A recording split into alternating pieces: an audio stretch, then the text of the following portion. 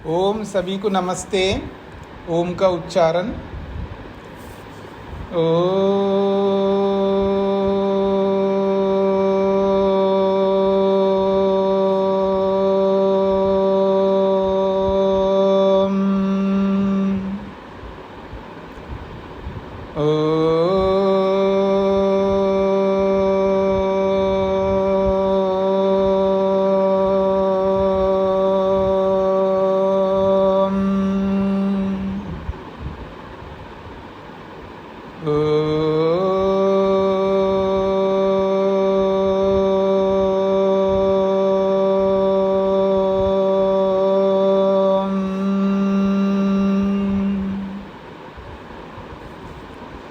न्याय दर्शन की 285वीं कक्षा है।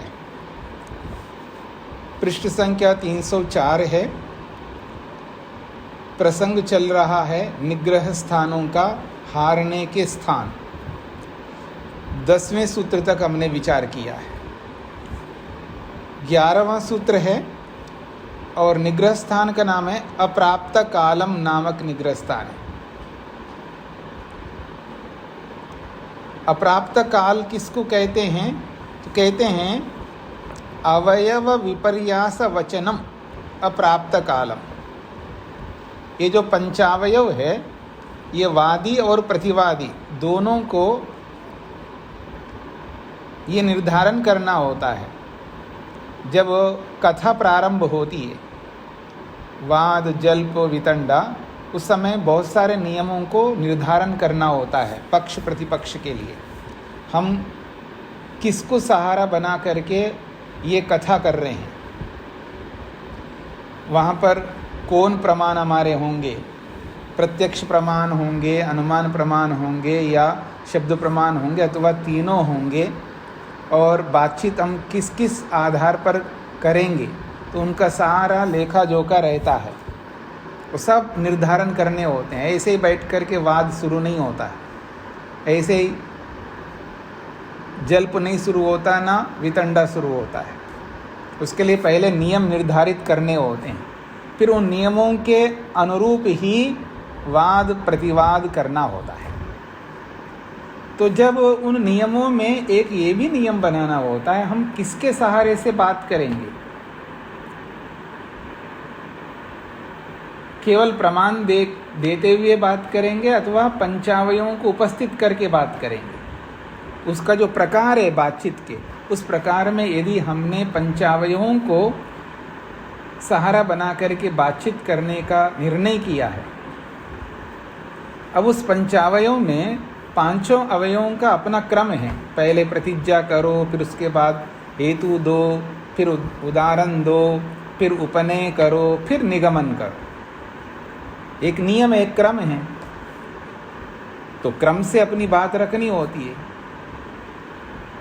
और वाद में अगर क्रम का उल्लंघन हो गया किसी कारण से, तो फिर सामने वाले कहेंगे देखो जी आप क्रम से बोलिएगा, आप क्रम गलत बोल रहे हो, ठीक करो।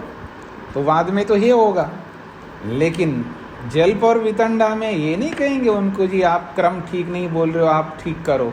वहाँ पर तो क्रम का उल्लंघन करते ही उसको कहेंगे आप क्रम से नहीं बोले इसलिए आप हार गए।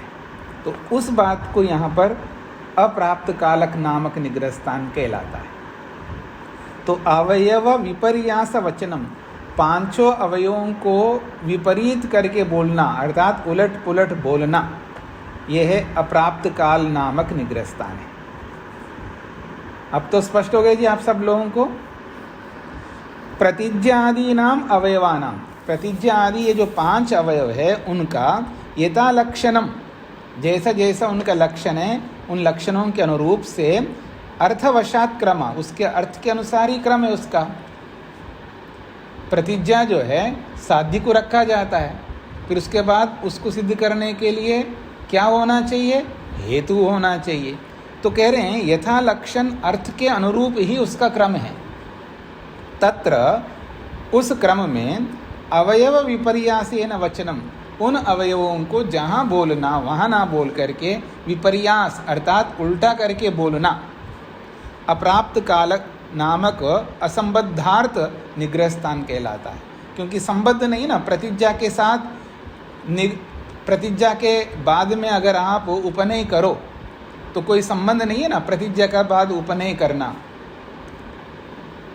या उपनय के बाद में हेतु दे दो तो कैसे चलेगा?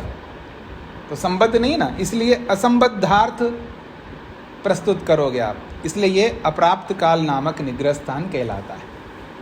हो गए जी आपको स्पष्ट? अब आगे बढ़ते हैं।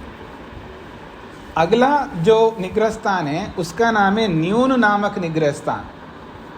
ये सब बातें पहले तय की जाती है कि पंचावयव का प्रयोग करेंगे जी, तो पांचों अवयवों को बोलना होगा आपको, और आप बोलते बोलते कोई ना कोई अवयव छोड़ दोगे, भूल जाता है ना आदमी।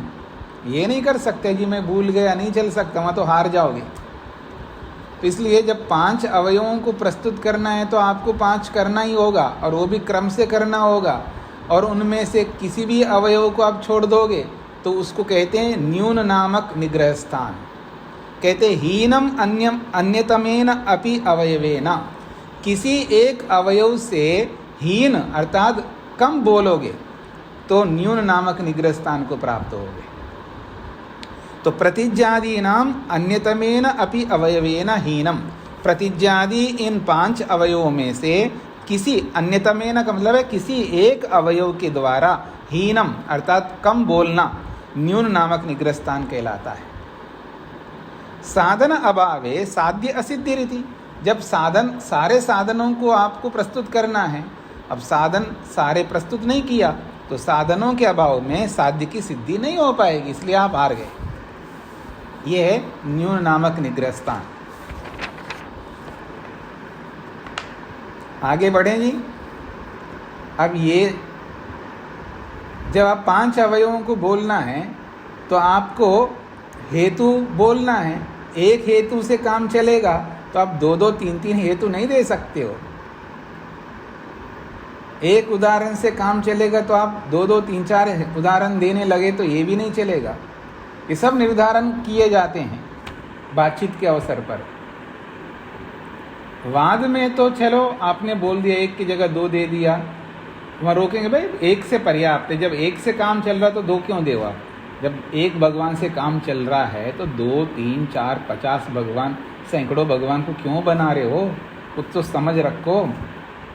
एक भगवान सारे काम नहीं कर सकता, फिर भगवान काहे को है वो? मैं सारे काम नहीं कर सकता क्योंकि मैं एक आदमी हूँ, कम सामर्थ्य वाला हूँ। जब भगवान को आप सर्वशक्तिमान कह रहे हो, सर्वव्यापक कह रहे हो, सारे गुणों से युक्त कर दिया भगवान को, फिर एक भगवान से काम चलेगा ना? फिर सैकड़ों भगवान कहाँ से ले आए आप? क्यों लाए? ये नहीं सोचता आदमी। अच्छा, आप लोग समझते हैं इस बात को, भेड़ चाल को समझते हैं? देखा देखी करना आप लोग करते हैं? ऐसा करते हैं जी आप लोग? मना नहीं कर सकते आप मेरे सामने। मना करते हैं, मैं ढेर उदाहरण दे दूंगा आपको फिर, इसलिए आप मना नहीं कर सकते। आप ये याद रखना।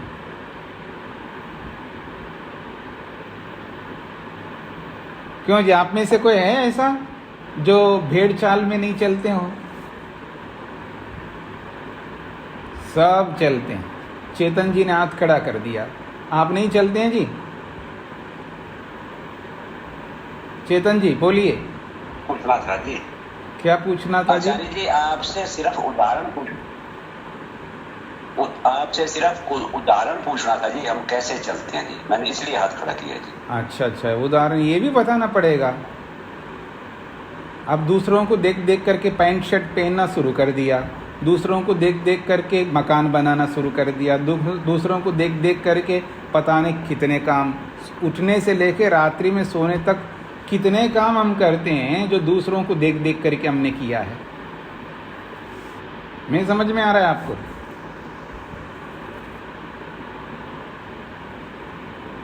कितने काम करते हम, क्या गिनो मैं? एक नहीं है उदाहरण, यहाँ तो सैकड़ों उदाहरण हैं। हमने कहाँ देखा, विचारा है प्रमाणों के आधार पर ऐसा करना उचित है या अनुचित है, हमने कहाँ ये विचार किया। बस दूसरों को देखा, जैसे वो कपड़े पहनते हैं वैसे कपड़ा पहनते हैं, वैसा वो स्टाइल करते हैं वैसा हम स्टाइल करते हैं। वैसे दूसरे लोग, अच्छा ये गाड़ी इन्होंने लिया, अच्छा उन्होंने भी ऐसी गाड़ी लिया, उन्होंने भी ऐसे, अच्छा हम भी ले लेते हैं, हम भी वैसे गाड़ी ले लिया। क्या क्या नहीं करते हैं जी, उठने से लेके रात में सोने तक पता नहीं कितनी चीज़ें हैं जो हम भेड़ चाल के हिसाब से ही करते हैं। प्रमाण पूर्वक करते हैं तो करते ही हैं, वो बहुत कम होते हैं, बाकी तो देखा देखी बहुत करते हैं। तो आइए, तो ये कहा जा रहा है जब एक भगवान से काम चलता है तो अनेक भगवानों की आवश्यकता नहीं है। ठीक इसी प्रकार जब एक हेतु सटीक आपने दिया है फिर दूसरे हेतु की आवश्यकता नहीं है, फिर भी दोगे, उसको अधिक नामक निग्रहस्थान कहलाते हैं। तो हेतु उदाहरण अधिकम नामक नाम निग्रहस्थान। तो हेतु या उदाहरण आप अधिक देंगे तो उसको अधिक नामक निग्रहस्थान को प्राप्त हो जाओगे। एकेन कृतत्वाद, एक ही से प्रयोजन पूरा होने से, अन्यतरस्य अनर्थक्यम, दूसरे को लाना व्यर्थ है। जब एक से प्रयोजन सिद्ध हो रहा है दूसरे को लाने की क्या आवश्यकता है। तद एतद नियम अभ्युपगमे वेदितव्यम, ये बात तब लागू होगी जब नियम बनाया जाता है। आपको एक ही हेतु देना है, ये पहले से निर्धारण होता है।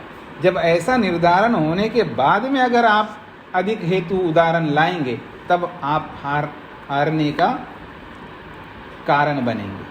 और जब नियम नहीं बनाएंगे तब अगर आप अधिक देते हैं तो फिर वहाँ पर आप हारेंगे नहीं। स्पष्ट हो गए जी, अधिक नामक निग्रह स्थान। क्योंकि हराने के लिए बहुत ज़्यादा नियम लगते हैं, सत्य को जानने के लिए बहुत ज़्यादा नियम कानून नहीं लगते हैं। सत्य को जानना है जी, भूले होंगे जी, उसको हटाते जाएंगे, सत्य को तक पहुंचना है। वहाँ पर आप कितने भूल कर रहे हैं, मैं कितना भूल किया, ये नहीं देखा जाएगा। देखा यह जाएगा कि हम सही रास्ते पे जा रहे नहीं जा रहे, क्योंकि आपका उद्देश्य भी सत्य को जानना है, मेरा उद्देश्य भी सत्य को जानना है। तब तो वहाँ हार जीत का तो प्रसंग ही नहीं है ना, वहाँ तो सत्य को जानना प्रसंग है। तो आप अपने दोषों को, मैं जब देख रहा हूँ आप गलत कर रहे हो तो आपको आपके दोषों को हटाते जाऊँगा, आप मेरे दोषों को हटाते जाएंगे, दोनों सत्य तक पहुँचेंगे, ये वाद है। पर जल्प वितंडा में ऐसा नहीं होता है। सास को हराना है बहू को, उसके बिना तो काम नहीं चल सकता, और सास को बहू को हराना है। वहाँ तो वाद थोड़ा हो रहा है, वहाँ तो जल्प हो रहा है, वितंडा हो रही है। पति को हराना है पत्नी को, क्यों? वहाँ जल्प चल रहा है, वहाँ वितंडा चल रही है, वहाँ अहंकार चल रहा है, मैं बड़ा हूँ। वो ये नहीं स्वीकार करने को तैयार है कि वो भी बड़ी हो सकती है किसी विषय में। या पत्नी के अंदर अहंकार आ गया, ऐसा थोड़ा ही कि हर जगह यही बड़ा होगा, मैं भी बड़ी होती हूँ, उसको भी अहंकार आया हुआ है। जहाँ वो बड़ी नहीं होती वहाँ भी बड़ा बनने की चेष्टा करती है। तो दोनों में दोष होता है, दोनों ही वितंडा या जल्प कर रहे होते हैं। वहाँ हार जीत मुख्य रहता है। स्पष्ट हो रहा है आप लोगों को व्यवहार में हम कैसे करते हैं। और कोई कोई पति पत्नी ऐसा भी होते हैं कि वो सत्य को समझने के लिए दोनों लगे हुए रहते हैं। ऐसे भी कई प्रसंग आते हैं, लेकिन वो कम प्रसंग आते हैं। आइए अगला है पुनरुक्त नामक निग्रह स्थान है। वो कैसा होता है? 14वां सूत्र, शब्दार्थ यो पुनर्वचनम पुनरुक्तम। एक तो शब्द का पुनरुक्त होता है, एक अर्थ का पुनरुक्त होता है। पीछे आप पुनरुक्त के प्रसंग में पढ़ा है सब बातें। पुनरुक्त दो प्रकार का होता है, पीछे पढ़ा है, याद कर लो, अपनी स्मृति को एकदम तुरंत सामने लाओ। शब्द पुनरुक्त और अर्थ पुनरुक्त। तो कह रहे हैं शब्द अर्थ यो, शब्द और अर्थ के पुनर्वचन को, पुनरुक्त को, पुनर्वचन को दोबारा बोलना। शब्द को भी दोबारा बोलते हैं अनावश्यक, और अर्थ को भी दोबारा बोलते हैं अनावश्यक। तो शब्द का पुनर्वचन या अर्थ का पुनर्वचन पुनरुक्त नामक दोष कहलाता है। और ये पुनर्वचन अन्यत्र अनुवादात, अनुवाद को छोड़ करके ये पुनर्वचन पुनरुक्त दोष कहलाता है। अनुवाद में पुनरुक्त दोष नहीं होता है, ये भी पीछे आप पढ़ चुके हैं। जो अनुवाद होता है वहाँ पुनरुक्त नहीं माना जाता है, क्योंकि अनुवाद का विशेष उद्देश्य होता है। तो किसी विशेष उद्देश्य से किसी शब्द को एक बार नहीं कितने बार दोहरा दो, वो पुनरुक्त दोष को प्राप्त नहीं होता। किसी विशेष उद्देश्य से अर्थ को एक बार नहीं अनेक बार प्रस्तुत करो, वो दोष युक्त नहीं होता है। पर बिना उद्देश्य के पुनर्वचन का मतलब है बार बार उसको दोहराना, ये पुनरुक्त दोष कहलाता है। इसलिए कहते हैं अन्यत्र अनुवादात, अनुवाद को छोड़ करके, अन्यत्र अनुवादात का मतलब है अनुवाद को छोड़ करके शब्द पुनरुक्तम अर्थ पुनरुक्तम वा, चाहे वो शब्द का पुनरुक्त करो यानी शब्द को दोहरा दो, पुनरुक्त का मतलब दोहराना, चाहे वो शब्द को दोहरा दो या अर्थ को दोहरा दो, तो भी वो पुनरुक्त दोष कहलाएगा। जैसे नित्यः शब्द, नित्यः शब्द, बस एक बार बोलो शब्द नित्य है, नित्य शब्द, नित्य शब्द, ऐसा क्यों बोल रहे हो बार बार? इसको शब्द पुनरुक्त कहते हैं। और अर्थ पुनरुक्त क्या होता है? अनित्य शब्द, शब्द अनित्य है। फिर बोलता है निरोध धर्म को ध्वनि इति, ये अर्थ पुनरुक्त है। निरोध धर्मक क्या होता है? विनाश धर्म वाला। निरोध धर्मक मतलब विनाश धर्म वाला। ध्वनि का मतलब शब्द, शब्द विनाश धर्म वाला है। तो अनित्य शब्द में क्या है, क्या अर्थ है यहाँ पर? शब्द अनित्य है, ये क्या अर्थ है? जो अर्थ शब्द अनित्य में हो रहा है वही अर्थ निरोध धर्म को ध्वनि में हो रहा है। दोनों अर्थ है यहाँ पर, दोनों का सेम अर्थ है ना। अनित्य शब्द का जो अर्थ है वही अर्थ निरोध धर्म को ध्वनि का है, तो दोनों का अर्थ सेम है, तो ये अर्थ पुनरुक्त कहलाता है। अर्थ पुनरुक्त पकड़ में आया? हाँ, शकुंतला माता जी को नहीं आया। अनित्य का मतलब क्या होता है वो समझ में आया आपको? शब्द अनित्य है। और इसी बात को दूसरे शब्दों में कहा निरोध धर्म का ध्वनि, ध्वनि का अर्थ शब्द है। ध्वनि ध्वनि ध्वनि जो है ये शब्द का पर्यायवाची है। ध्वनि शब्द को ही तो कहते हैं। और निरोध धर्म किसको कहते हैं? निरोध धर्म का मतलब अनित्य।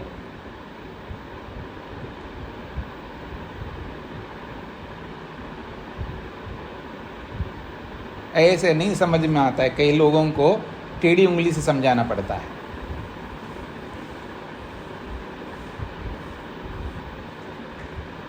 अब किसी ने गाली दिया, तेरा सर्वनाश हो जाए, क्या बोला है उसका?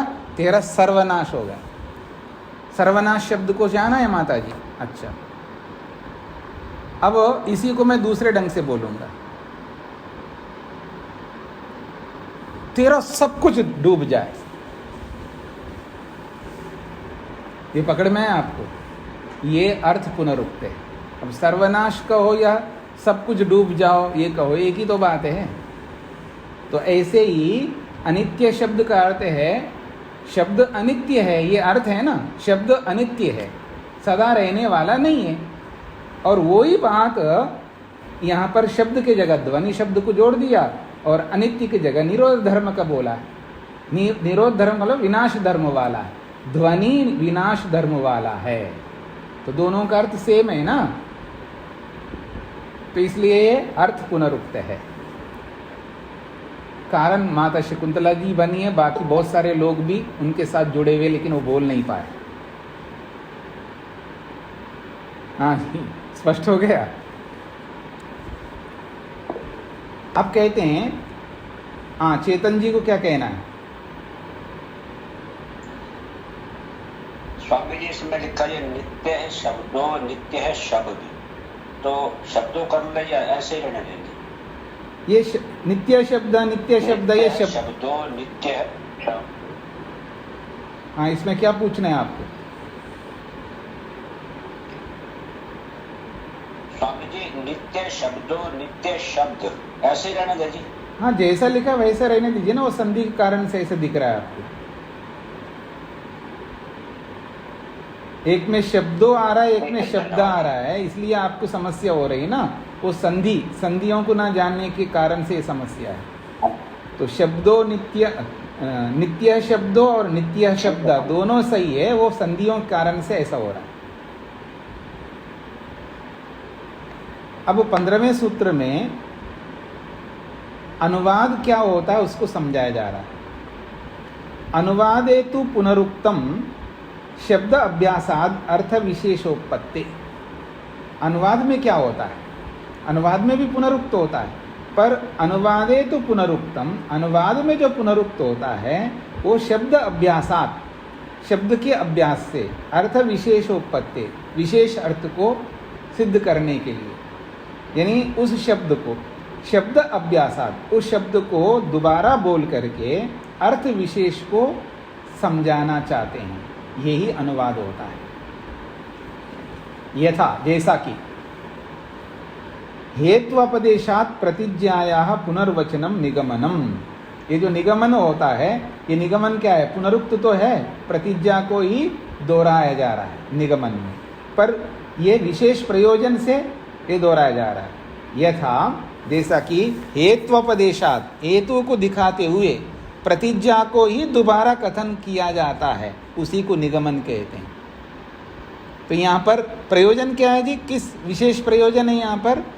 आप निर्णय के लिए उस बात को पुनः दोहरा रहे हैं, आप निर्णय करना चाहते हैं, निर्णय, अंतिम निर्णय देने के उद्देश्य से पुनः आप उसी बात को कथन किया है, इसलिए ये विशेष उद्देश्य से उसी प्रतिज्ञा को निगमन के रूप में दोहराया है, इसलिए ये पुनरुक्त है। ये पुनरुक्त होते हुए भी इसको अनुवाद कहा जाता है।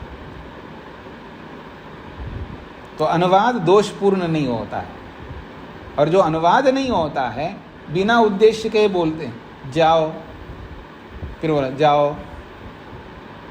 बच्चे लोग करते हैं ना कई बार,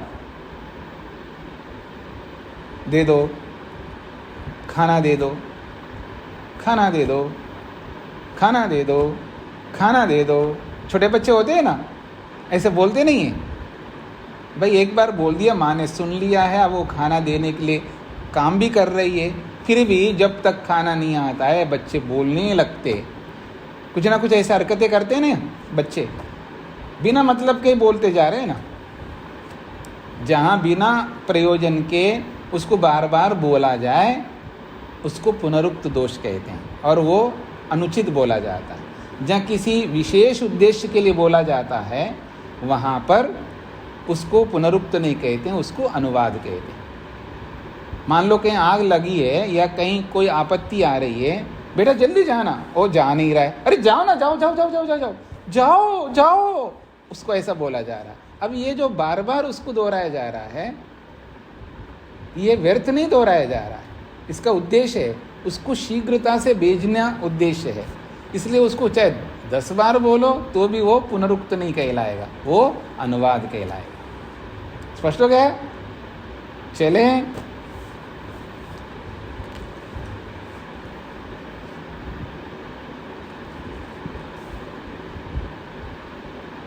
अब ये जो पुनर्वचन है, ये पुनर्वचन अनुवाद के रूप में किस तरह होता है, और वो अर्थापत्ति नामक, यहाँ पर कौन सा दिखा रहा है 16 सूत्र से,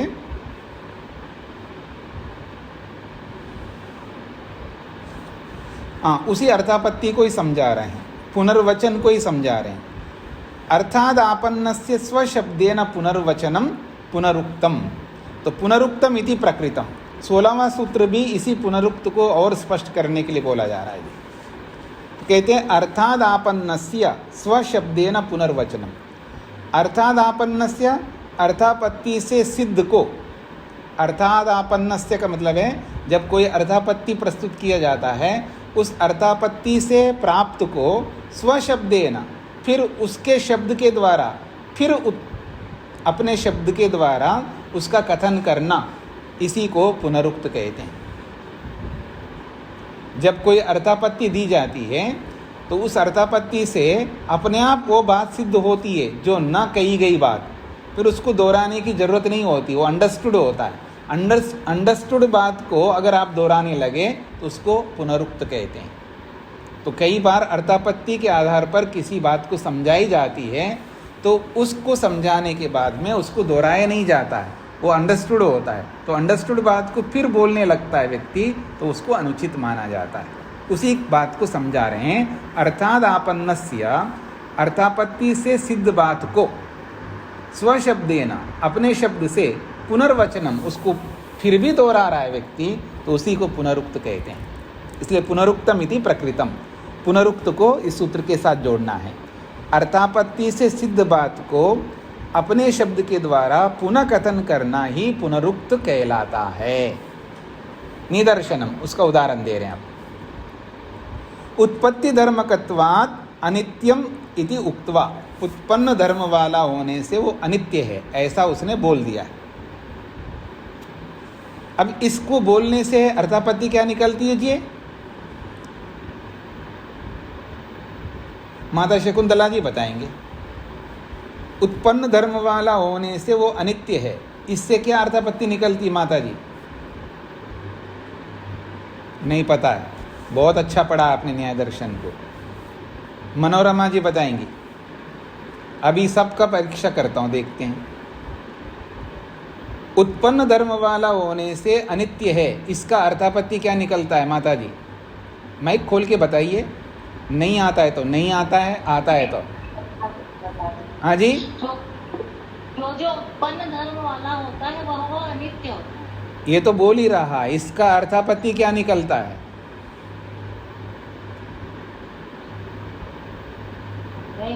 नहीं समझ में है ना? तो आपने भी बहुत अच्छा न्याय दर्शन पढ़ा, इसका मतलब।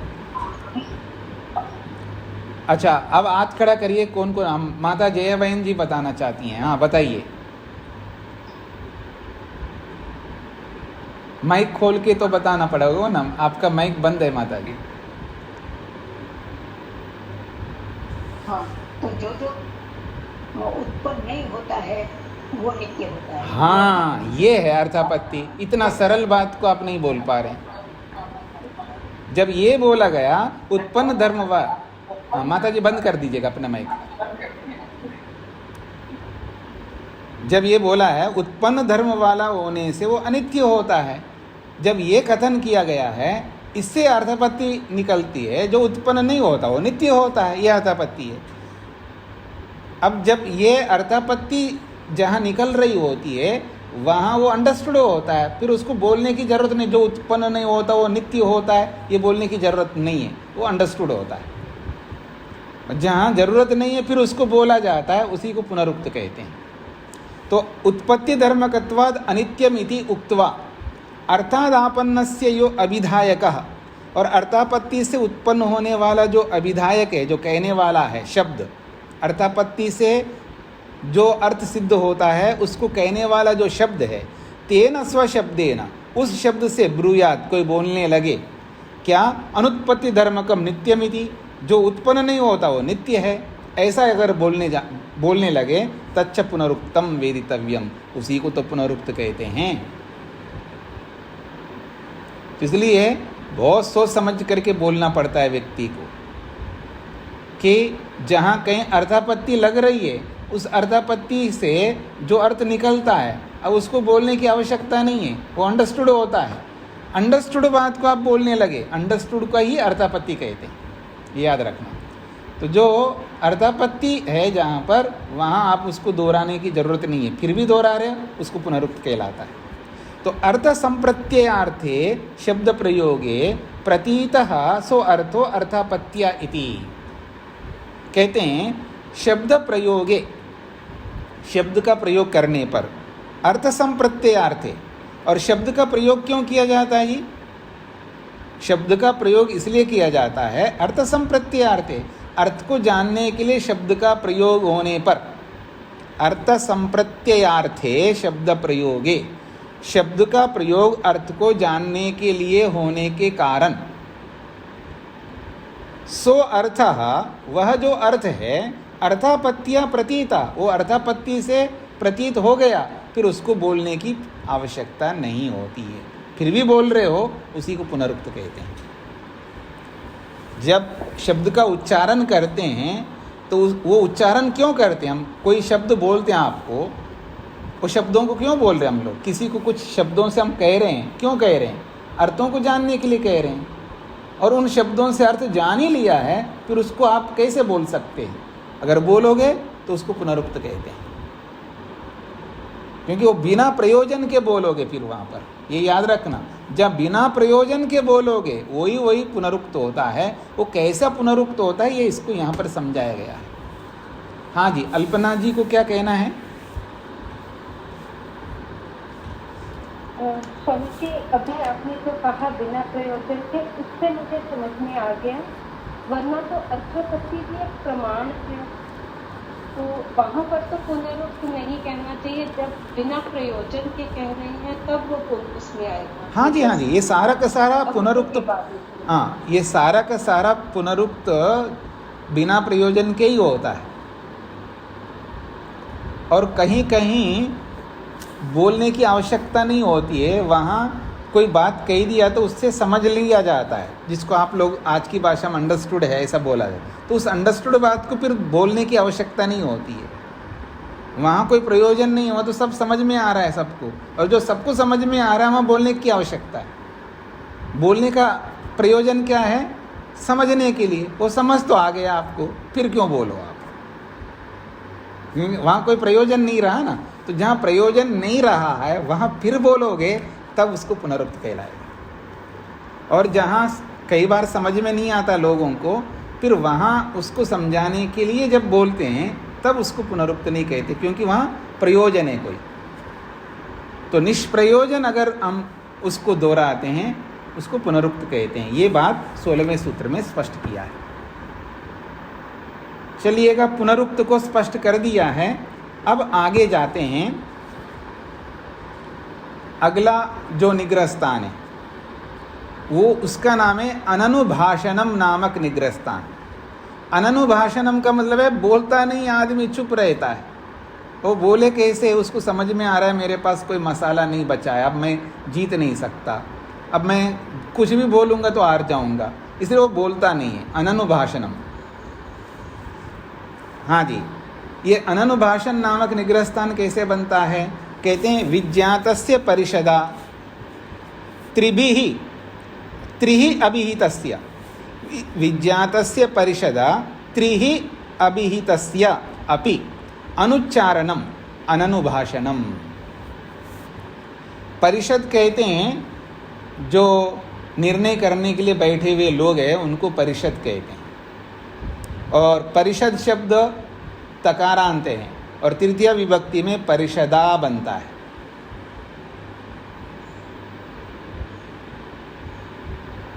स्पष्ट हो गया जी? परिषद, परिषद कहो या परिषद कहो, दकारांत या तकारांत दोनों हो सकते हैं। अब इसका तृतीय विभक्ति परिषदा बनेगा। जैसे वाक है ना, वाक, वाक भी ककार अंत है यानी हलंत है, और उसकी तृतीय विभक्ति क्या बनती है जी? वाचा बनता है। ऐसा, ऐसे ही परिषद का तृतीय विभक्ति परिषदा है।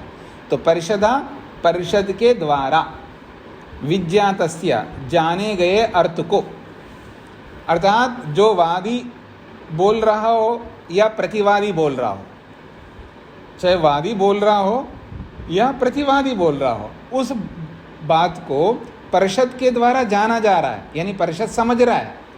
तो परिषदा विज्ञातस्य, परिषद के द्वारा जाने गए अर्थ को, त्रिहि अभिहितस्य अपि, और बोलने वाला चाहे वो वादी है या प्रतिवादी है, तो बोलने वाला एक बार बोला है लेकिन उसके सामने जो प्रतिवादी है, उसके अपोजिट व्यक्ति है, वो समझ नहीं रहा है। दोबारा बोला है तो भी नहीं समझ रहा है, और तीसरी बार बोला तो भी नहीं समझ रहा है।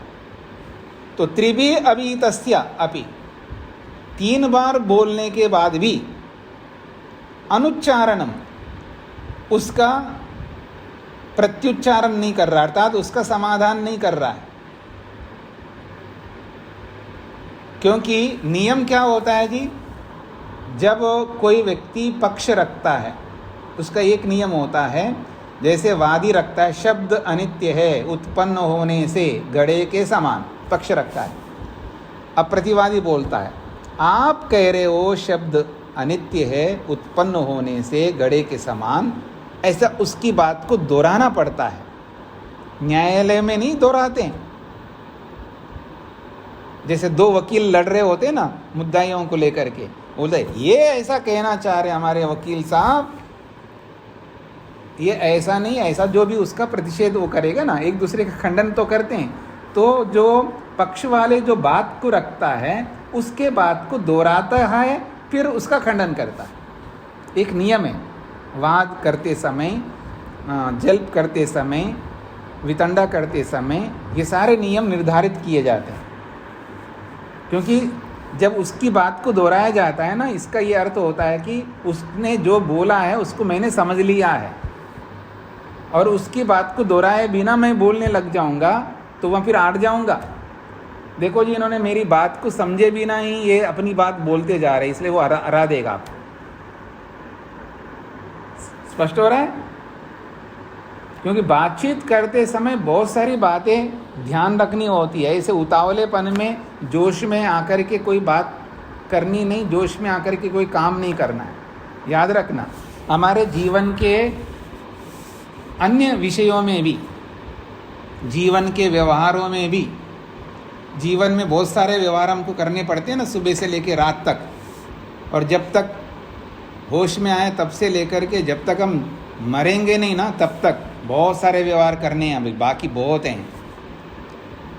हमने अभी तक बहुत कम व्यवहार किया है, अभी बहुत कुछ व्यवहार करना बाकी है हमारे लिए। तो उस व्यवहार में जोश में आकर के कोई व्यवहार नहीं कर सकते, ये याद रखना। क्योंकि जोश में होश नहीं रहता है, गड़बड़ करेगा। इसलिए कहा जा रहा है विज्ञातस्य परिषदा, परिषद के द्वारा जाने गए उस अर्थ को, त्रिहि अभिहितस्य अपि, वादी या प्रतिवादी कोई भी हो सकता है, उसने 3 बार बोलने पर भी अनुच्चारणम, सामने वाला जो विरोधी पक्ष वाला है उसका उत्तर दिए भी ना, कुछ बोल नहीं रहा है। जब उत्तर ही नहीं दे रहा है, एक बार बोला तो भी उत्तर नहीं दे रहा है, अर्थात उसको समझ करके कुछ बोलना है ना, उसको उत्तर देना है, उत्तर नहीं दे रहा है। देगा कैसे? उसके पास तो है ही नहीं उत्तर, इसलिए वो चालाकी करता है, वो बोलता नहीं है। तो अनुच्चारणम, उच्चारण ही नहीं कर रहा है, बोल ही नहीं रहा है, उसका उत्तर ही नहीं दे रहा है। एक बार बोला, 2 बार बोला, 3 बार बोला तो भी उत्तर नहीं दे रहा है। इसी को अननुभाषणम नामक निग्रह स्थान में पहुंच जाता है। अननुभाषणम का मतलब है उत्तर ही नहीं दे रहा, बोल ही नहीं रहा है, भाषण ही नहीं कर रहा है, अपनी बात प्रस्तुति नहीं कर रहा है, इसलिए ये अननुभाषण नामक निग्रह स्थान कहलाता है। स्पष्ट हो गया जी? इसी सूत्रार्थ को समझा रहे हैं। विज्ञातस्य वाक्यार्थस्य परिषदा, परिषद के द्वारा वाक्य के अर्थ को जाना गया है, उस वाक्यार्थ, जाने गए वाक्यार्थ को प्रतिवादी ना वा, प्रतिवादी के द्वारा बोला जा रहा हो, वा से वादी के द्वारा बोला जा रहा हो। त्रि अभितस्य, 3 बार बोले हुए का भी, यद अप्रत्युच्चारणम, जो सामने वाला उसके विरोधी व्यक्ति जो है, अगर प्रतिवादी बोल रहा है तो उसका विरोधी कौन होगा? वादी होगा। और यहाँ प्रतिवादी ना के जगह पर वादी ना कहोगा तो फिर जो ना नहीं बोलने वाला कौन होगा? वह प्रतिवादी होगा। कोई भी कर सकता है दोनों में। तो ये अप्रत्युच्चारणम, जो वादी उसका उत्तर नहीं दे रहा है, क्योंकि यहाँ प्रतिवादी के द्वारा बोला जा रहा है, तो प्रतिवादी के द्वारा 3 बार बोले हुए अर्थ को, जो कि परिषद के द्वारा उस अर्थ को जान लिया गया है, वो तो समझ रहे हैं, लेकिन यद प्रत्युच्चारणम, जो वादी उसका उत्तर नहीं दे रहा है, बोल नहीं रहा है, तो उस स्थिति में तद अननुभाषणम नाम निग्रह स्थानम इति, वो अननुभाषण नामक निग्रह स्थान को प्राप्त होता है। समझ में आया जी आप सब लोगों को? भीमसेन जी को क्या नहीं समझ में आया वो बताएंगे। स्वामी जी एक बार दोबारा बोलिए इसको। नहीं, दोबारा तो मैं बोलूंगा, आपको क्या नहीं समझ में आया ये बताना होगा ना। या पूरा ही नहीं समझ में आया? पूरा ही नहीं समझ में। तो नहीं सुन रहे थे आप? सुन लीजिएगा ध्यान से।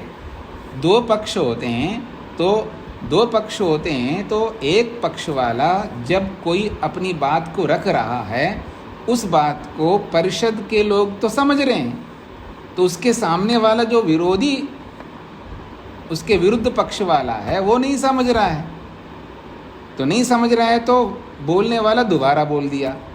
दोबारा बोलने के बाद भी नहीं समझ रहा का मतलब है उसका उत्तर नहीं दे रहा है, चुप बैठा हुआ है। इसका मतलब ये है कि वो नहीं समझ रहा है।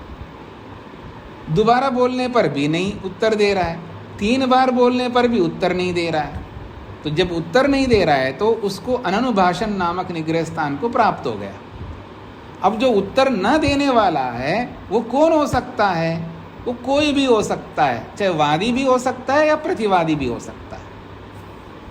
अब समझ में आया? तो यही तो बोला था पहले।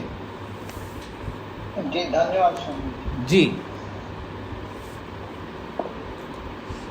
अप्रत्युच्चारयन किम आश्रयम परपक्ष प्रतिषेधम ब्रूयात्। उसको कह रहे हैं अप्रत्युच्चारण, प्रत्युत्तर दिए बिना, किम आश्रयम, किसको आधार बना करके सामने वाले का खंडन करेगा? खंडन ही नहीं कर पाएगा वो, इसलिए वो अननुभाषणम नामक निग्रह स्थान को प्राप्त होता है। विशाल जी को क्या कहना है? स्वामी जी नमस्ते। जी। स्वामी जी, वादी या प्रतिवादी दोनों में से यदि कोई नहीं बोल रहा है तो उस स्थान पर कौन निग्रह स्थान को प्राप्त होगा? जो नहीं बोलने वाला निग्रह स्थान। ये भी कोई पूछने वाली बात नहीं ना, ये जो नहीं बोलने वाला है वही तो निग्रह स्थान को प्राप्त होगा ना। बोलने वाला क्यों निग्रह स्थान को प्राप्त होगा? लेकिन ऐसा भी हो सकता है कि वो झगड़े से बचना चाह रहा हो उस जगह पे। ये कहाँ से ले आए जी आप? जब आप सामने व्यवहार में जब बातचीत होती है तो कभी कभी हमें शांत होना पड़ता है, क्योंकि सामने वाला कुछ भी बातचीत रखता है जिसको आगे ना बढ़ाने के लिए यदि शांत रहा जाए तो उसमें शांत रहने वाला ही निग्रह स्थान को प्राप्त हो जाएगा, या उसे अपने मनोबल ऊंचा रखने? नहीं, दोनों को मत मिलाइए, दोनों को मत मिलाए। यहाँ पर जल्प हो रहा है, वितंडा हो रही है, वहाँ पर तो चुप रह नहीं सकते आप। और आप व्यवहार की बात कर रहे हैं, वहाँ पर तो कोई निर्धारण करके हार जीतने के लिए थोड़ा बातचीत कर रहे हो आप। वो तो बातचीतों में ऐसे करते रहते हैं आप बिना निर्धारण के। वहाँ पर तो आप चुप रहते हो, उसको इसके साथ में मत जोड़िएगा। जहाँ पति पत्नी का हो, बच्चों का और माता पिता का हो, या सास बहू का हो, वहाँ ऐसे ही चल पड़ती है ना बातचीत, ऐसे ही किसी बात को लेकर के। उसमें अगर कोई चुप रहता है तो वहाँ पर कोई बात ही नहीं चल रही कि वो निग्रह स्थान को प्राप्त हो गए। निग्रह स्थान को प्राप्त होना, हारना वहाँ होता है जहाँ पर आप जल्प करने के लिए बैठे हैं पहले से, तन करके एक दूसरे को हराने के लिए, और वहाँ नियम निर्धारण करके बैठे हैं आप। उस प्रसंग की बात हो रही है ये सारी। जी जी जी। 18वें सूत्र को देखिएगा। अज्ञान नामक निग्रह स्थान को समझाया जा रहा है। अविज्ञातम च अज्ञानम। अविज्ञातम का मतलब है बोलने वाला जो बोल रहा है वो आपको कुछ नहीं समझ में आ रहा है। ये अननुभाषण वाला जो है उसमें और अज्ञानम में अंतर है। अननुभाषणम में उसके पास उत्तर नहीं है, इसलिए वो बोल नहीं रहा है। और अज्ञानम नामक निग्रह स्थान में वो क्या बोल रहा है उसका समझ ही नहीं आ रहा है, उसको अज्ञान नामक निग्रह स्थान कहते हैं। अविज्ञातम च अज्ञानम। जो भी बोल रहा है, चाहे वादी बोल रहा है तो प्रतिवादी को समझ में नहीं आ रहा है, या प्रतिवादी बोल रहा है तो वादी को समझ में नहीं आ रहा है, तो ऐसी स्थिति में उसको अज्ञान नामक निग्रह स्थान को प्राप्त होगा। और यहाँ पर भी परिषदा विज्ञातार्थस्य, परिषद को तो समझ में आ रहा है बोलने वाला क्या बोल रहा है, और प्रतिवादी ना, प्रतिवादी के द्वारा त्रिही अभितस्य, वो 3 बार बोला है तो भी यद अविज्ञानम, उसको समझ में नहीं आ रहा है। पहले वाले में इसमें अंतर यह है कि पहले वाले में समझ में तो आ रहा है लेकिन उसका उत्तर नहीं है उसके बाद, इसलिए वो चुप रह रहा है। और यहाँ तो समझ ही नहीं आ रहा है, समझ में आए तो कुछ उत्तर दे सकूं, समझ ही नहीं आ रहा है। तो यद अविज्ञानम, जो समझ में नहीं आ रहा है, इसलिए तद अज्ञानम नामक निग्रहस्थान कहलाएगा। अयम खलु अविज्ञाया कस्य प्रतिषेधम ब्रूयात्, ये जो सामने वाला प्रतिद्वंद्वी है अविज्ञाया बिना जान के किसका खंडन वो करेगा? खंडन क्या करेगा? क्योंकि समझ ही नहीं रहा है, उसको समझ में ही नहीं आ रहा है। ये बात कही है, तो इसको अविज्ञान नामक निग्रहस्थान कहते हैं। स्पष्ट हो गया जी? सब थोड़ा थोड़ा अंतर रखते हैं, इन सब अंतरों को समझने का प्रयत्न करना। अब अगला निग्रहस्थान है, अनीता जी को क्या कहना है? स्वामी जी, हमने ये जो अनुभाषण है ना, इसमें भी हमने यही लिखा है कि सामने वाले की बात को समझ नहीं आ रही है, लेकिन उसके पास उत्तर है, ये लिखना पड़ेगा। क्योंकि अने वो तो आपने लिखा है ना। मुझे यही लगा जैसे। तो अभी जो मैं समझा रहा था, दोनों में अंतर 2-3 बार समझाया है, तो उसको पकड़ना है ना आपको। दोनों में क्या अंतर है वो तो बता ही दिया ना मैंने। एक में तो समझ में आ रहा है लेकिन उत्तर नहीं है ना उसके पास में, इसलिए वो बोल नहीं रहा है, चुप है। और एक जगह उत्तर क्या दूंगा, मेरे को समझ में नहीं आ रहा है क्या बोल रहा है। तो दोनों में अंतर है। कुसुम जी को क्या कहना है? स्वामी जी, परिषद को तो ज्ञात है इसका, परिषद तो समझ रही है इसका ठहर में नहीं। दोनों में समझ रही है जी, दोनों में समझ रही है। अज्ञान वाले में परिषद तो समझ रही है, लेकिन प्रतिवादी नहीं समझ पा रहा है। तो प्रतिवादी बोल रहा है तो वादी नहीं समझ पा रहा है। जो नहीं समझ पाएगा तो इसका दोष किसका माना जाएगा? ना समझने वाला के माना जाएगा ना, वो तो हार जाएगा।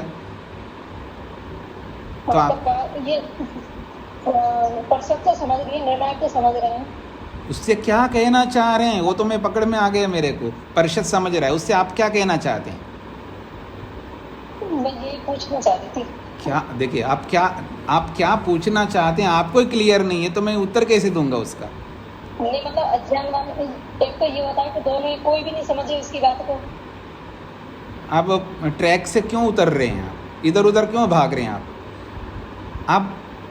आप कुछ भी नहीं विचार कर सकते हो ना, प्रसंग के अनुसार ही तो विचार करोगे ना। आप प्रसंग के अनुसार विचार करना सीखना पड़ेगा हमको। प्रसंग से हट करके कुछ भी विचार करके परेशान नहीं हो सकता व्यक्ति, और यही स्थिति आपकी हो रही है। आपको परेशानी क्या हो रही है? अननुभाषणम और अज्ञानम, इसमें अंतर करना नहीं आ रहा है। मुख्य बात ये है, इसलिए आपको परेशानी हो रही है। क्यों जी, ऐसा ही है? नहीं, ऐसा नहीं है। अच्छा, ऐसा नहीं है तो पहले सुन लो। उसमें तो उसको ज्ञात है, अनुभाषण में तो ज्ञात है, लेकिन बोलना नहीं चाह रहा। इसमें उसको ज्ञात नहीं है, लेकिन परिषद को तो ज्ञात है ना, ये पूछना चाह रही हूँ। तो परिषद को ज्ञात होने से क्या समस्या आ रही? और समस्या जब तक नहीं बताओगे तो उत्तर में क्या दूंगा? समस्या कुछ नहीं है, पूछना चाह रही हूँ मैं। परिषद को तो ज्ञात है। तो उसमें है ज्ञात, बता ही रहे हैं ज्ञात है। तो ये क्या पूछना है? जब आप भी समझ रहे हो परिषद को ज्ञात हो रहा है यहाँ पर, फिर ये पूछने का अर्थ नहीं समझ में आ रहा है कि आप क्यों पूछना चाह रहे हो इसको। भाई, आप यहाँ दिख ही रहा है कि परिषद को तो वो ज्ञात हो रहा है, फिर भी आप पूछ रहे हो, तो इस पूछने के पीछे कोई रहस्य जरूर है जो आप बोल नहीं रहे हो। तो परिषद को तो ज्ञात है। हाँ, चलिए कोई बात नहीं, अगर ऐसा है तो अच्छी बात है, आगे बढ़ें। अब अगला जो निग्रहस्थान है उसका नाम है अप्रतिभा नामक निग्रहस्थान। अप्रतिभा नामक निग्रहस्थान है। उत्तरस्य अप्रतिपत्ति अप्रतिभा, उत्तरस्य अप्रतिपत्ति, उत्तर न देना, उत्तर न देना, ये अप्रतिभा नामक निग्रहस्थान कहलाता है। कैसे समझने का प्रयत्न करिएगा। परपक्ष प्रतिषेध उत्तरम, दूसरे के पक्ष का खंडन करना ही तो उत्तर है। तद यदा न प्रतिपद्यते, वो उत्तर ही नहीं दे रहे हो आप, तदा निगृहीतो भवति, तब वो निगृहीत का मतलब है हार जाता है, वो निग्रहस्थान को प्राप्त होता है। ये अप्रतिभा नामक निग्रह स्थान कहते हैं। ये कब बनता है जी? ये तब बनता है कई बार जो है व्यक्ति स्तब्ध हो जाता है, अर्थात उसको पकड़ मैं क्या उत्तर दूं ये समझ में नहीं आ रहा होता है उसको, यानी एकदम ऐसी परिस्थिति में पहुंच जाता है वो। इसको क्या बोलते हैं आप दूसरे शब्दों में?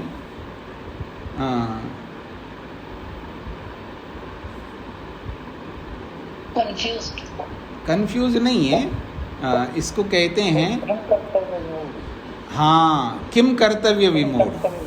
हाँ जी, उसको कहते हैं किम कर्तव्य मूढ़, मतलब क्या उसको सूझ कुछ नहीं रहा होता है। ऐसा नहीं कि वो नहीं समझे।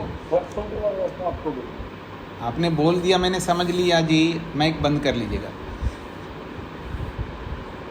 तो अप्रतिभा का मतलब है किम कर्तव्य विमूढ़ होता है।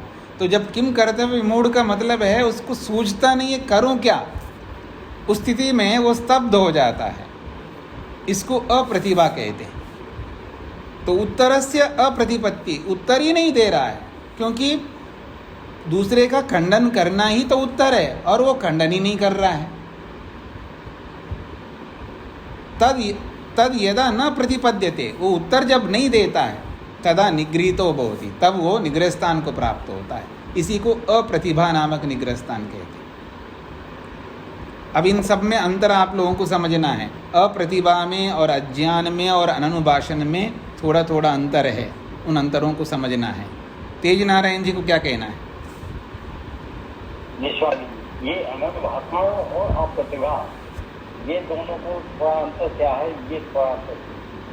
अननुभाषणम में तो वो किम कर्तव्य विमूढ़ की स्थिति में नहीं है, उनको सब समझ में आ रहा अच्छी तरह, उसकी बुद्धि ठिकाने पे है, पर उसको उत्तर कोई बन नहीं रहा है। यानी उसका उत्तर, क्योंकि उत्तर देना एक होता है ना, उस उत्तर ही उसके पास में वहाँ पर है ही नहीं है, उसके पास उत्तर, सटीक उत्तर है ही नहीं है, तो क्या बोलेगा, इसलिए वो चुप रह रहा है।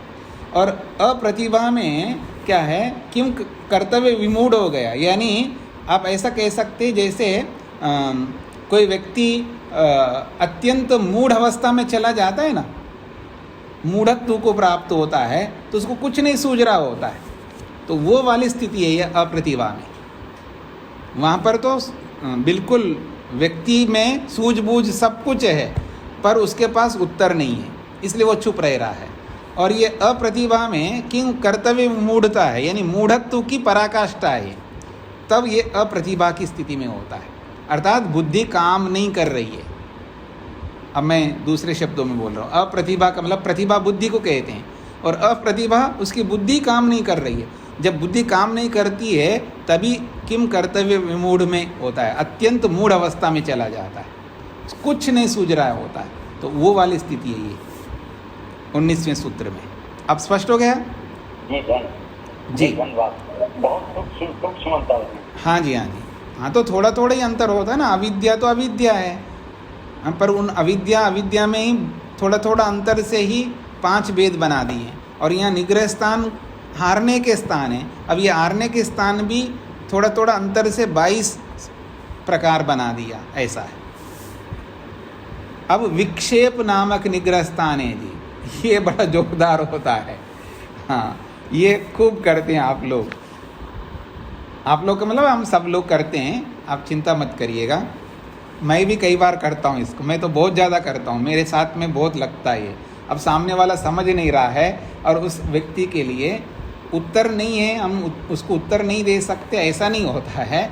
वो सिर खा रहा होता है ना, सामने वाला व्यक्ति टाइम वेस्ट कर रहा होता है और वो समझ नहीं रहा होता है। उसको ये समझ नहीं है कि मैं किन के साथ बात कर रहा हूँ, इनका समय व्यर्थ नहीं करना चाहिए, फिर भी बोला जा रहा होता है। वो हट नहीं रहा, उसको कहते हैं आप बस हो गया, अब जाइएगा, मेरे काम करना, फिर भी नहीं जा रहा होता है।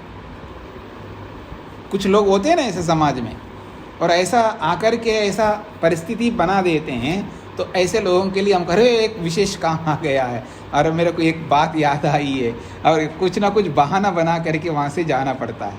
तो ये है विक्षेप, बहाना बना करके जाना। और ये बहाना बना के जाना ये 2 प्रकार से होता है। एक तो जैसे हम लोग जानबूझ करके बहाना बना करके जाते हैं ताकि उससे हम पिंडा छुड़ाएं, और एक बहाना बना करके इसलिए जाता है उसके पास कोई उत्तर नहीं है। अब वो हार गया है, अब उसके पास में अब मैं हारने वाला हूँ, अब मैं जीत नहीं सकता, उसको स्पष्ट समझ में आता है। अब वो नहीं हारना चाहता है, तब वो बहाना बना करके जाता है। इसी को विक्षेप नामक निग्रह स्थान कहते हैं। उसको बोल रहे हैं कार्य व्यासंगात कथा विच्छेदः विक्षेपः। कार्य व्यासंगात, व्यासंग कहते हैं कार्य की बहाना से, किसी कार्य के बहाना से कथा विच्छेदा, उस प्रसंग को ही रोकता, अरे रुक जाइए, एक मेरे को विशेष काम आ गए, मैं बाद में बात करूँगा, ऐसा कह करके वो वहाँ से चलता बनता है। इसी को विक्षेप नामक निग्रह स्थान कहते हैं। यत्र कर्तव्यम व्यासज्ञा, जहाँ कोई करने योग्य कर्तव्य है ऐसा बहाना बना करके कथाओं विवच्छिन्नति, उस कथा को रोक देता है। इदम में करणीय विदत, अरे मेरे को एक बहुत आवश्यक काम याद आ गए जी, ये तो मेरे को ज़रूर करना है, इसलिए मैं जा रहा हूँ, बाद में देख लेंगे। तो तस्मिन् अवसिते पश्चात कथयामि, उसको पूरा करके तस्मिन् अवसिते, उस विशेष कर्तव्य कर्म को करने के बाद में पश्चात कथयामि, फिर बाद में आकर के उत्तर दूंगा। इति, ऐसा कह करके जब वो चला जाता है तो इसको विक्षेप नामक निग्रह स्थान कहते हैं। तो भी हार जाएगा, क्योंकि जल्प वितंडा में अगर वास्तव में भी कोई कर्तव्य याद आकर के भी हो जाए तो भी हारेगा, और बहाना बना करके जाए तो भी हारेगा। हारना तो निश्चित है, तो ऐसा आप नहीं कर सकते। इसी बात को समझा रहे हैं। एक निग्रह अवसानायाम कथायाम, एक निग्रह अवसानायाम कथायाम, इसका अभिप्राय समझने का प्रयत्न करिएगा। कथा में क्या होता है, दो पक्ष होते हैं, तो कथा में दोनों पक्षों में से एक के निग्रह स्थान में आने पर स्वयं ही कथा का अवसान हो जाता है। एक निग्रह अवसानायाम कथायाम, कथायाम कथा में एक निग्रह का मतलब है एक के निग्रह स्थान पर आने पर। तो एक निग्रह स्थान कब निग्रह स्थान में आएगा, कब, जब दोनों लोग होते हैं। तो कथा में दोनों के बीच में एक निग्रह स्थान में आ जाने पर स्वयमेव कथा, स्वयमेव वो अपने आप कथा समाप्त हो जाती है। दोनों बोलते जा रहे थे और एक उठ करके ये कह रहा है ना कि मेरे को विशेष काम आ गए जी, मैं जा रहा हूँ। तो दोनों में से एक जब उस कथा को रोकता है तो वो जो भी रोकने वाला है वो निग्रह स्थान में जाता है। और भले ही वो वापस लौट के आके सही उत्तर भी दे, तो फिर वो जो लौट के आने के बाद जब कथा प्रारंभ होगी वो पुरानी कथा नहीं होगी, वो नई कथा होगी। ये कह रहे हैं कथांतरम प्रतिपद्यते, फिर वो दोबारा आकर के अगर बोलने लगे तो वो दूसरी कथा मानी जाएगी, वो पहली कथा तो समाप्त हो गई। इसलिए आप बीच में उठ कर के नहीं जा सकते। हाँ, माता शकुंतला जी को क्या कहना है? हाँ, आप बोलते जाओ, मेरे को सुनाई नहीं देगा ना आप क्या बोल रहे हैं। स्वामी जी जी जी, ये मैं पूछना चाहती हूँ कि जैसे वो बहाना बना के उठा, ये उसमें कथा से संबंधित बात मैं नहीं कर रही, मैं अपनी बात जानने की कोशिश कर रही हूँ कि मान लिया ऐसा हमारे साथ होता है, हम भी कोई बहाना बना देते हैं, तो वो बहाना असत्य समझा जाएगा या आवश्यक समझा जाएगा? अगर वो आप व्यवहार की बात करो तो अगर बिना कार्य के ही बहाना बनाओगे तो असत्य ही होगा, इसमें क्या पूछने की बात है। और वास्तव में आपको कोई कार्य वास्तव में याद आ गया और ज़रूरी कार्य करने के लिए जा रहे हो तो फिर वो बहाना नहीं है, वो सत्य माना जाएगा। इसमें क्या पूछने वाली बात है माता जी?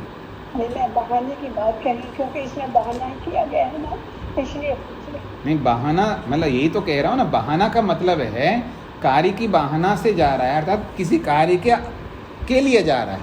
तो बहाना का मतलब केवल बहाना जो है वो गलती होता है, उसी को बहाना नहीं कहते हैं, सही को भी बहाना कह सकते हैं। नहीं उससे जान छुड़ानी है, मैं उसको उससे बात मैं करना नहीं चाहती। बाल्या वो तो मैंने बता दिया ना, उसका उत्तर दिया है। अच्छा, ऐसा करके जाना असत्य कहलाएगा ये पूछना चाह रहे हैं, जैसे मैं भी करता हूँ? नहीं, ये असत्य इसलिए नहीं कहलाएगा, सामने वाला जब समझ नहीं रहा है तो उसको ऐसा करते हुए जाना शास्त्र सम्मत है, शास्त्र उसके लिए अनुमति देता है, और जो शास्त्रोक्त कार्य करते हैं वो गलत नहीं होता है। ये समझदारी लोगों के अंदर नहीं होती है। जब किसी को हम बोलते हैं ना कि आप किसी प्राणी को नहीं मारना चाहिए, वो पाप है, वो झट बोलने लगता, आप गाजर मूली को भी तो काटते हो, ये भी तो पाप है, वो तुरंत बोलने लगता है ना। इस तरह का अतिवादी लोग ऐसे करते रहते हैं। तो हम कह रहे हैं भाई पाप और पुण्य मैं थोड़ा निर्धारित कर रहा हूँ, वो तो हम नियमों में चल रहे हैं। माता जी माइक बंद कर लीजिए, हो गया आपका काम। तो स्पष्ट हो गए जी। तो व्यवहार में कई बार जो है तो तुरंत हम ऐसे बोलने लगते हैं, वहाँ पर हमको ये समझना होगा। क्या समझना होगा? वहाँ यथार्थता को समझ करके बोलना होगा। आप कुछ नहीं बोल सकते ना, आपके मुंह में जो आ जाए वो बोल जाओगे। क्या बोल रहा हूँ ये आपको समझ करके बोलना होगा। तो इसलिए आप ये नहीं कह सकते, जैसा कि मैंने अभी उदाहरण दिया है, क्योंकि ये पाप है। किसी को हम प्राणी को मार रहे हैं तो दूसरा बोलने लगता है तो आप गाजर मूली को तो भी, पेड़ को भी तो तोड़ रहे हो, अब पेड़ को भी काट रहे हो, वो कैसे पाप होगा? मैं तो संविधान के अनुसार काट रहा हूँ ना। पाप पुण्य का निर्धारण आप मैं थोड़ा कर सकते हो, तो संविधान के अनुसार कर सकते हैं, और संविधान के अनुसार चल रहा हूँ, तो पाप कैसे मेरा बनेगा? तो आप कैसे बोल सकते हैं मैं पाप कर रहा हूँ? संविधान खुद कह रहा है कि आपको यही खाना है, ये नहीं खा सकते, क्योंकि बिना खाए रह नहीं सकते। क्या खाना है इसका तो निर्धारण करेगा ना संविधान, उसने निर्धारण किया ये खाना है, हम जो संविधान ने निर्धारण किया वो खा रहे हैं। फिर आप बोलोगे कि यही खाना निर्धारण किया, हम कैसे मानेंगे? अरे प्रकृति को देखो ना, प्रकृति को देखो, शरीर की संरचना देखो, बहुत सारे काम हैं यहाँ पर। ऐसे थोड़ा हम कह रहे हैं, नियमों के अनुसार ही कोई प्रूफ है, उसी के आधार पर ही बोल रहे हैं ना। ऐसा और भी बहुत सारी बातें हैं। तो ऐसा बोलने वाला भी तो किसी संविधान को मानता है, वो भी बिना संविधान के दुनिया में कोई नहीं चलता, चाहे नास्तिक हो, चाहे आस्तिक हो, चाहे किसी भी मत पंथ संप्रदाय को मानने वाला हो, हर कोई व्यक्ति संविधान के अनुसार चलता है कहीं ना कहीं। समस्या ये है कि जहाँ जहाँ वो उसको अनुकूल लगता है वो संविधान को मानता है, और जो उसके अनुकूल नहीं लगता उस संविधान को नहीं मान रहा है। समस्या यहाँ है और कुछ नहीं।